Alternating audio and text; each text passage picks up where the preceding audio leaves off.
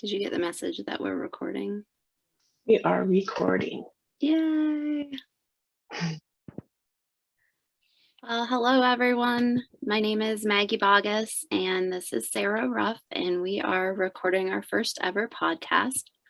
And we're going to work on interviewing each other and trying to stay focused, which could be tricky for both of us. Sarah, do you want to talk a little bit about yourself and what you do? Hi, I am Sarah Ruff, and I am the elementary art teacher at Clinton Elementary in Clintonville, Ohio, and at Winterset Elementary. This is with Columbus City Schools. I have been a teacher for about 8 years, and 7.5 of those have been very focused on student autonomy, learner-directed classroom spaces, very focused on choice and voice in the classroom. And so a lot of that work aligns really well with teaching through creativity and civic awareness. And so this work was a lot of the work that I already do and just looking at it through new eyes, I feel like. And so that's what drew you to the C4 project with the art museum? It did. I feel like this is going to be ongoing work for a long time, but it is the type of work that I really value and that I feel like is important for my students to delve into through our art classroom, through the opportunities that we have as artists to look at the world a little bit closer, to take each other's perspective and to do some of that work together to understand each other better. How about you? What drew you to this project? Well, I was lucky enough to take 2 creativity institutes through the art museum, probably about 5 years apart. And they very much impacted my teaching in very positive ways. And I saw how it had a great effect on my students too. And when I was approached about doing this project, I thought, oh, that'd be so neat because there are so many different things worth exploring within this topic. And I also knew I teach elementary art at Beatty Park and Trevitt Elementary Schools within Columbus. And Beatty is a separate facility for kids with severe emotional disturbance and mental health needs. And I think that within our group, I'm the only teacher working within that subset of students. And I wanted to make sure that their voices were represented within this research and work as well. And I think that whenever we slow down and start to look at how kids learn best, it benefits teachers and students alike. I agree. And I think it's very telling that you and I have been such good thought partners, and I've learned so much from you in doing this work, despite how different our populations are. The different needs of our kids are much less pronounced when we're doing this work because it is so much, it's so universal. Everyone needs to do this type of exploration. The civic and creative work that we do applies to everybody in different ways, but yeah, it's universal. Absolutely. And we're both moms as well. And I've seen it impact my thinking and conversations with my own kids at home, as well as my students at school. So I think it's something that our conversations, as well as the C4 conversations, have done nothing but positively impact both areas of my life. I would agree. I think it is just an overarching approach. And that's actually one of our topics that we wanted to start off with, was what do we approach our teaching with? What does this work do? It's all about our intention, and it's all about our overall philosophy. So I was wondering if you had anything you wanted to speak to with how you approached your curriculum, or how you've worked C4 into your classroom over the last 3 years. One of the areas that I was really interested in was in particular, the idea of student agency and how students can develop their own authentic artist voice and voices as humans as well. And a lot of my students, or a majority of my students, are survivors of trauma and have been in some situations where they don't have choice of what's happening to them.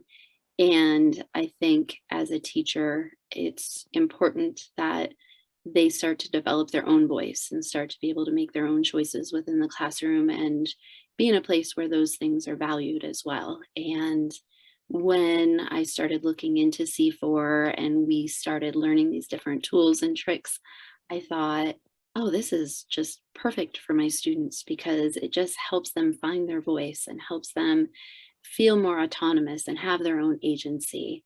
And I'm wondering if you saw some of the same in your classroom as well. It's been an interesting journey for me as a choice-based teacher, seeing first switching populations a few years ago was changed my work a little bit. The students that I work with right now are really given a lot of voice in their lives in general. There's a lot of empowerment, a lot of what they're used to isn't always at school. They want more voice and more respect at school because they're used to that a little bit more in their lives. And so what I'm finding is switching from what I did at my previous school was very similar to what you're talking about, was teaching them how to say, I have a voice, I am important, I have something that I would like to be heard. To what I'm doing now with this work is learning how to give them appropriate boundaries that are going to help them grow. I'm learning how to give them just enough of a guide to help still give them that autonomy that they're really well versed at. They're really good at using all the freedom that I give them. They could go along without any kind of a theme and really do amazing work on their own. So what I'm working on is kind of coming the other direction, is how can I add in a little bit more guidance, a little bit more boundaries, a little bit more narrow path to help us go deeper. And that's that piece that I'm really finding will be ongoing work for me, is how to continue going deeper and going more, diving into something with more focus. And I think, and I wonder if you agree, that not enough adults take the time to ask kids how they feel about different things. And I think in a world where with the pandemic and everything else, we have, as adults, had to react more quickly with things. And we haven't always had the time or been able to ask kids what you think about it and how has this impacted you. And I think that this work really does that, and it slows us down enough that the kids are feeling like they have a voice. Would you agree? I do agree with that. I'm trying to think about some things that we worked on during the pandemic, because we were all online as art teachers. And that was a big part of what our work was, my students and I, where I was asking them, what do you think you need? And they didn't know. I didn't know. This was new, right? So I said, this is what I'm thinking. Let's try this. I'm noticing this is happening. What are you feeling? What's working for you somewhere else in your learning? And it's just, everyone came every day because I think that they needed to do that work of figuring it out together. They wanted to have some say in it. They wanted to have somebody else say, I don't know what's going on. Because that is the work of humans, is to say, let's figure this out together. It's one of my top priorities as a teacher, is to do that with my students. And I find they step up all the time in every way to say, I'm going to do that work with you. What if we did this? What if we did that? Is it okay? They still have trouble asking me because of the structure of school, right? Mm-hmm. They still have trouble challenging, even though I invite them to challenge. They still have trouble saying, this is actually going to be really hard for me. I had a parent email me to say, my child is really worried about being in the art show because you said that everyone had to have a piece in the art show. I said, even though my entire approach to all of this is an opportunity. They get to choose what they put in. They get to choose what they make. They get to choose what material. They know how to find resources and to ask for help and to get feedback. And it's a very supportive environment. And yet there are still some people who feel like, oh, this is an assignment and I have to do this thing. Right. And you struggle to come to me and say, this is what I need. And that's the main thing I teach is how to say, what is it that you need? Right. So it's such a big structure that we're working within, that we're having to do this work to teach them how to have that voice in an appropriate way, to teach them how to listen to each other, to teach them how to be respectful, not just with adults, but with each other and with themselves. Right. So it is valuable work that will never end. Well, and I think sometimes adults forget how much we ask of kids. I think about, we ask kids to put themselves in situations that I don't think I would be comfortable in as an adult. I think of myself when I watch our gym class, like the kids seem to be having an absolute blast, but I think I wouldn't want to be in there because it's not really my thing. So I'm wondering if maybe some of that students' discomfort came from, like, this is one of the areas where they haven't felt like they're comfortable yet.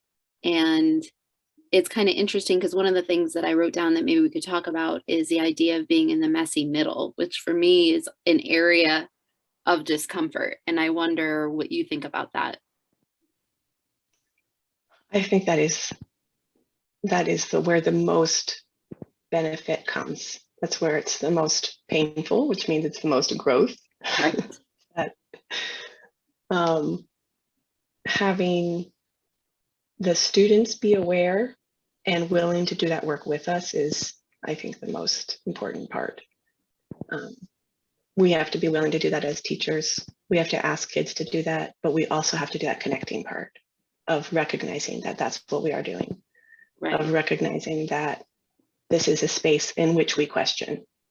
This is a space in which we are invited to say this isn't working or this is what I need.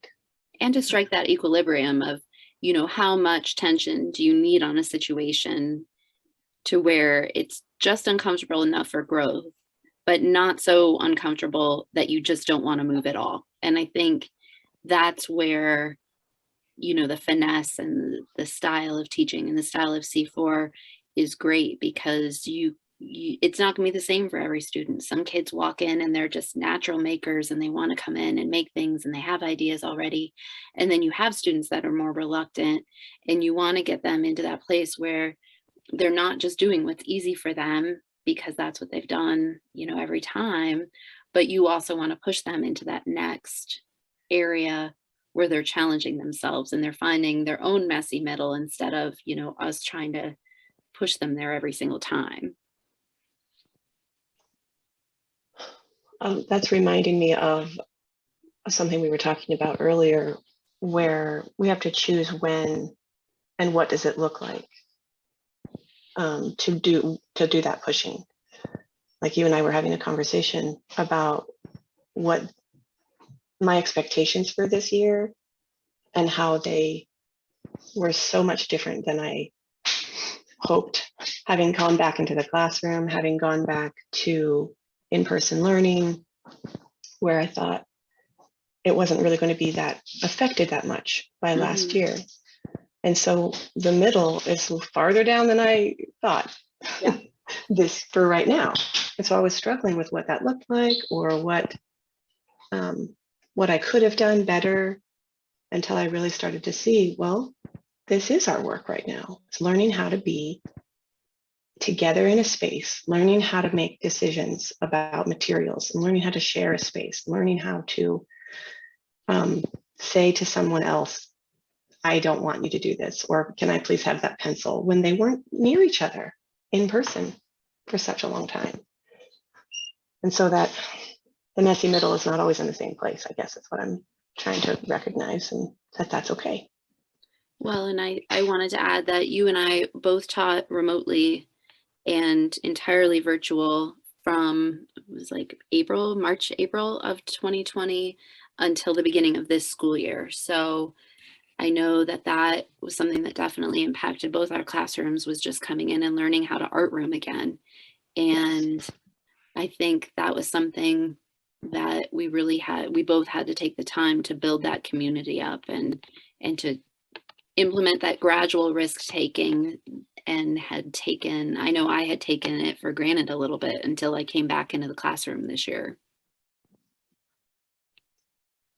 I'm really hopeful about next year, about pushing the middle and That's having some of these things that I learned about and recognized, all these tools that I was hoping to put more into place in person over the last 2 years. It's not been the time for them to go as deeply as I had hoped, but I see the work happening, preparing the way for that next step. Well, and I think it would be a disservice to our kids to try to push them before they're ready. And I know that's one of the things that we had written down that we wanted to cover today, was the power of slowing down, because that's one of the main takeaways from C4 that I took away, was giving myself permission to slow down and realizing the power in it. And I think both of us came back into the classroom and realized that we really needed to slow down and live in this space where we rebuilt our community and we taught kids how to work slowly and look deeply at things and be within a community. And do you want to talk a little bit about the power of slowing down in your experience in your classroom? Yes, that is really kind of what I was speaking to in one way. That was slowing down didn't feel right to me at first, because I had so much knowledge and so much these tools that I wanted to use, and that when I would find that I was trying them, I just kept feeling like it's not time. And I was feeling bad about that. I was feeling like maybe I'm not doing it right, or maybe I'm not preparing something. It wasn't the kids' response. It was just what I was feeling they were ready for. Till I recognized that was the work. Our social emotional work, our interaction with each other, with the space, that was the civic piece right now. And so that was really hard for me to slow down and to feel okay about it.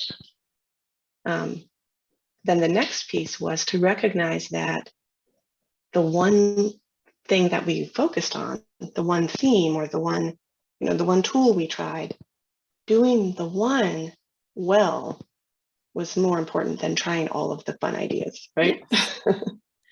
So for me, that's that we did one, we did it well, and it was exciting. And all of the rest will come when it's time. Well, and I don't know about you, but at the beginning of the school year, I was just so flippin' excited to be back in that classroom. I didn't care if I had to teach upside down. I didn't care if they made me wear 3 masks. I was just ready to be in front of actual students in an actual building. And I think that I was ready to do all the things. And then I got in and I realized that maybe we needed to step back and slow down a little bit, because my enthusiasm needed to go into slowing down and not doing all the things, even though I was still just as excited about it. Because we can rush it and we can push things through, and they're not going to have nearly the value that they will if we use our teacher eyes and we see what it's time for. And I'm looking back at the first year when I was doing more. We did a big theme of home, ironically enough, right before we all went home. We both were like working within that idea, I think, and then we all got stuck at home. Oh, we did. It was so interesting to see that the last things that I had up that I took down right before we left were about what does a home need? What do we want in a home? What's in our community around our home? What creates, all these feelings of community? And So that for me was what I'm looking forward to going back to. What I was hoping to enter back into was either one big theme or one big topic that we could do some close looking around some artworks. We could do some close looking around some cultures different than ours, some ways that people around us lived in a different way than maybe our students lived, and to gain perspective, to do that civic and creative overlap through slowing down with a topic, which was something that has not been a focus of mine. And I'm finding a lot of value in it. And that's the work I'm hoping that I can bring back in more once we get through this year of learning how to school again and learning how to art room, like you said. Well, and I think So really that first year I had that experience of slowing down in that way. right. And I think the more we look at different ways of slowing down really just shows that you care. You know, when you take the time to care about a person and you take the time to care about a classroom and care about a topic, you're giving it your time, which is that's your most valuable asset, in my opinion. And when you slow down, you're saying, this is the big stuff. This is what's really important. And I think our kids are hearing and our teachers are hearing, you're behind. You need to make up for this lost learning time.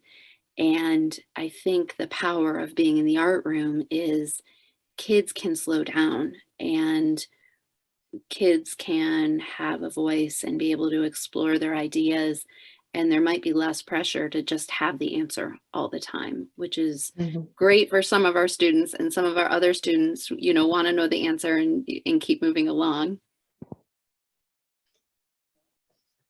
I think what we're doing, not just showing that we care, but we're helping identify what is valuable to care for, or to care about when we do that for our students. We're helping identify doing this work of looking at others, doing this work of considering your own opinion and responding to the opinion of those around you, that it's helping value that for our students and help them become people who can do it, Right. and who take the time to slow down in their own lives and identify what's important to them. So it's a very valuable work. I would agree. And I was wondering if you had any thoughts on other ways the pandemic has affected your teaching and your environment. I know that when we started this project, none of us had any idea that the middle part of it would be spent living in a pandemic and dealing with the after effects as we move into more of an endemic status. What are your thoughts on that? My first response is to think about what I'm seeing differently in my students. Some of it is really positive.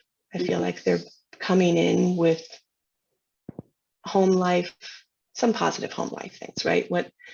That are coming into the school environment in ways that I feel like could have always been there. Some of my students were working under the table with their how to draw books and just felt alive and joyful, and this element of play that they couldn't believe they could do it at school. They're like, really? We can go under the table?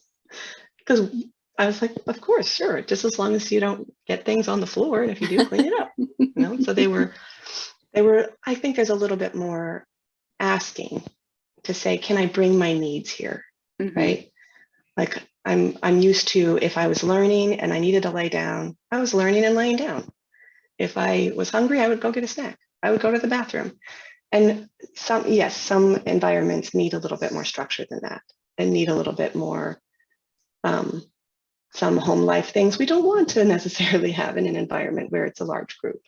But there's that little piece of it I felt like was, here I am as a human with my needs, and I'm learning how to ask for what I need more. I'm seeing that a little bit more. Then there's some things that are not so positive about considering other people in a group. And that's the work we've been doing.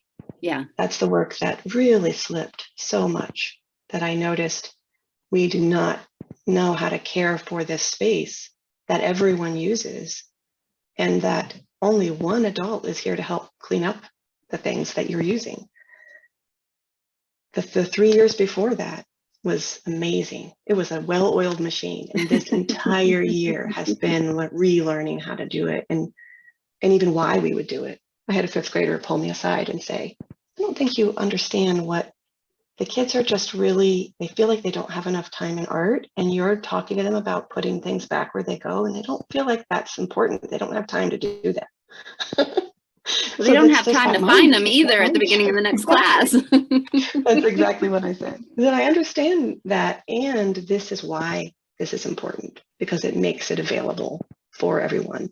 And so it's just that piece of living in community that is taking a lot of undoing or relearning how to take those pieces, those important pieces into account. And so I think not just the physical piece, but also the how we talk to each other piece, right? So a lot of the work that I did this year was on not just supply management and just environment, but also how we talked about our work. Literally, how do we say to another person, this is what I think about your work, and here's something that might be helpful. We've talked about giving each other kind, helpful feedback about our feedback, just to learn how to be positive with each other and helpful, to help each other advance. So those are some of the things that came to mind when you talked about how the pandemic affected our learning. Did you have a different perspective or something else you've noticed? Well, you know, I was kind of giggling because I had a kindergartner last week say, can I work on the floor? And he is one of the most wiggly, energetic kindergartners that I have. And I was like, sure. And he was so focused. Once he was sprawled out on the ground, he had his little chin in his hand, and he was just happily working. And I had the thought, maybe I need to tell them all that they can work on the floor as long as I can see them, because it was a great fit for him. And I'm really glad that he asked for what he needed at that time too. But I will say that towards the end of when we were teaching online last spring, I did not have very many students still attending, and it was a very isolating experience for me. And one of the things that I've thought about in retrospect is how the C4 community really helped me through that in the long run. You know, at first I thought, I'm not contributing anything. I don't have enough students coming on. We're not having the conversations anymore. And having that strength within our C4 community, I know that it was really important to me. And I know that the conversations that you and I had really helped ground me and keep me going through probably was one of the hardest times in my teaching career. I mean, this year has been hard too, in a different way, but last year it was really lonely without the community of in-person kids and seeing colleagues in person as much as I had been used to. So I wanted to thank you for that too. Thank you, Maggie. I know that we had such different experiences, and I was feeling a similar way. Even though I had everyone coming, we weren't doing the work. Yeah. That we were just hanging out, making art and sharing. And so those sharing was the work, right? And how we were responding to the pandemic was the work. And I felt like even though you had such few numbers, you were still giving them such consideration and things that they could really latch on to and interact with that were so meaningful. So it just, I feel like we just approached it in these different ways, and I'm really grateful to have done that journey with you. I am too. And I think that we've come out of it stronger with a different appreciation. And I know that I saw kids in their home environments, and I saw older siblings helping them out, and met family members because we were on Zoom. And I think that that experience gave me a lot of insight into my students' home lives that without the pandemic I wouldn't have had access to.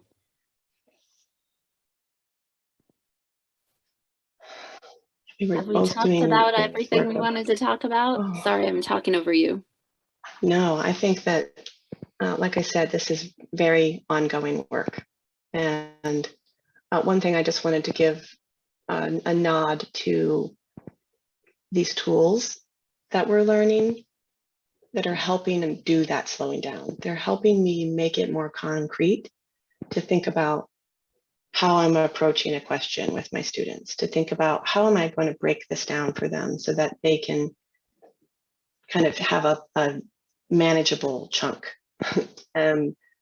So do you have a favorite tool you might want to share? Something that we have been using to help us take a closer look, like the 3 whys helped me a lot, where, who is it affecting and in what ways and at what time, and those different approaches to looking at an artwork, to looking at how we interact with students, to helping our students ask those questions.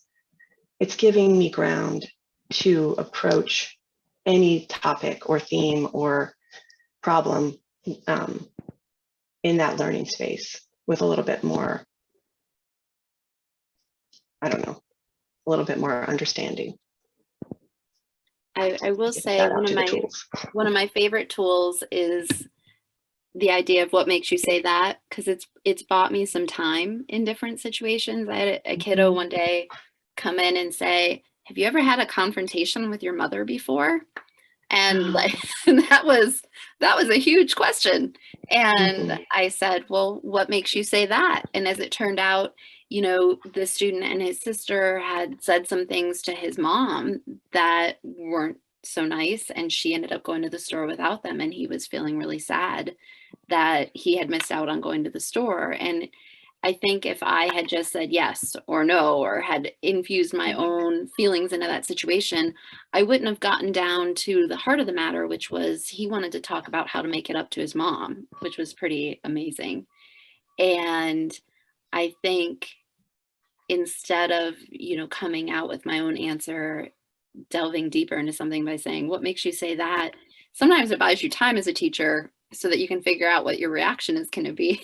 But also, I think it gets you to a richer conversation in the end. That takes us right back around to the beginning. We started talking about why we do this work, and it's all about the intention. It's what is the goal of that conversation with a kid? Is it just to get through the day? Is it just to help them learn something? Is it just to, right? Right. Or is it to be people together, to learn those deeper truths, to take some risks together, and to understand each other better as people in this world? And that's what those tools are kind of helping me feel like I can do with more intention, is to just break it all down, slow it down, and to approach everything with that intention at heart. Why am I doing this work?